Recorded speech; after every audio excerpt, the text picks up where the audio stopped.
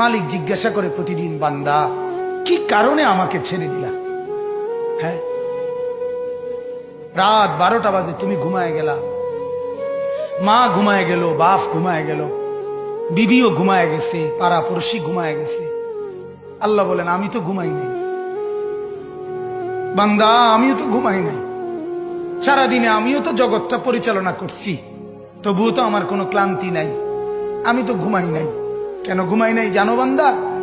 রাতের 2টা বাজে যদি তোমার পেশাব করতে হয়, রাতের 3টা বাজে যদি তোমার দরজা খুলতে হয়, তখন যদি তোমাকে উঠতে হয়, আর আমি যদি ঘুমায় যাই বান্দা, তোমারে চোখ মেলে দিবে কে?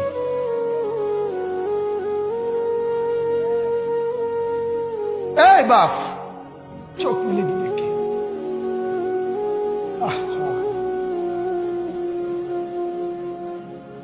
আল্লাহ আমাদেরকে মাফ করে। কোরআনুল কারীমের মধ্যে আল্লাহ তাআলা বলছে ওয়াহুয়াল্লাযী ইয়াতাওয়াফফাকুম বিল-লাইল। কোরআনে আল্লাহ বলে বান্দা শোনো, প্রত্যেকটা মানুষকে রাত গভীরে যে ঘুম আমি দেই, সেটা ঘুম না, আমি ওয়াফাত দেই, আমি মূলত মৃত্যু দিয়ে দেই। আবার আমি দয়া করে একটা নির্দিষ্ট সময় পরে চূড়ান্ত মৃত্যু দেব বলে আমি আবার সেই হায়াত সকালবেলা যখন জাগতে শুরু হয় তখন আমি ফিরিয়ে দিই,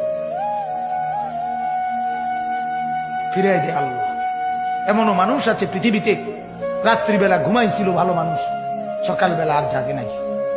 আমার একজন দূরসম্পর্কীয় চাচা আছে, প্রফেসর ছিলেন, ভালো মানুষ ছিলেন, রাত্রিবেলা জলজ্জান্ত মানুষ ঘুমাইছে, সকালবেলা আর দরজা খুলে দেখছে ওই মানুষটা জীবিত ছিল না, মারা গেছে।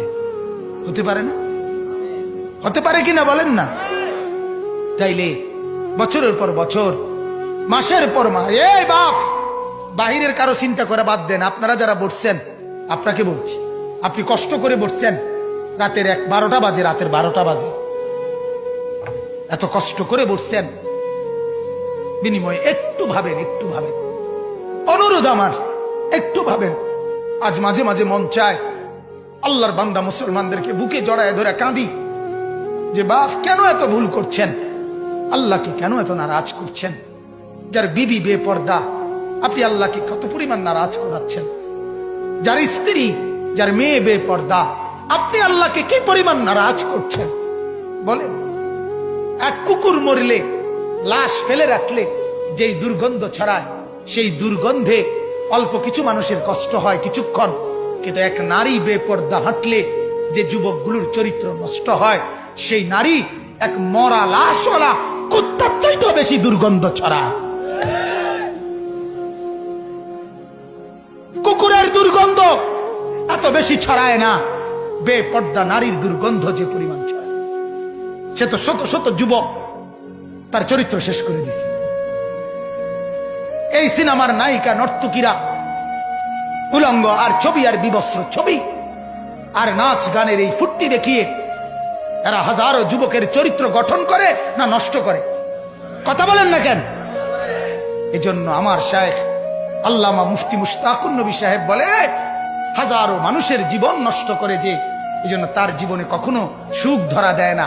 এজন্য এই পৃথিবীর জরিফ এটা, আপনি জরিফ চালায়া দেখেন, যত সিনেমার নায়ক নায়িকা, এদের জীবনের মতো দুঃখী জীবন, ব্যক্তি জীবনের মতো কষ্টের জীবন আর কারো নাই।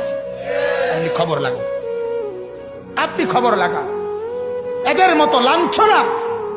কারণ হাজারো যুবককে নষ্ট করছে এই হাসি দিয়া, অথচ এই হাসিটার মূলত আসল হাসি না। এই হাসি যদি ল্যাবে অথবা ডায়াগনস্টিক সেন্টারে পরীক্ষা করায়, প্রত্যেকটা হাসির মধ্যে ফরমালিন পাওয়া যাবে। কি পাওয়া যাবে? Formalin, formalin.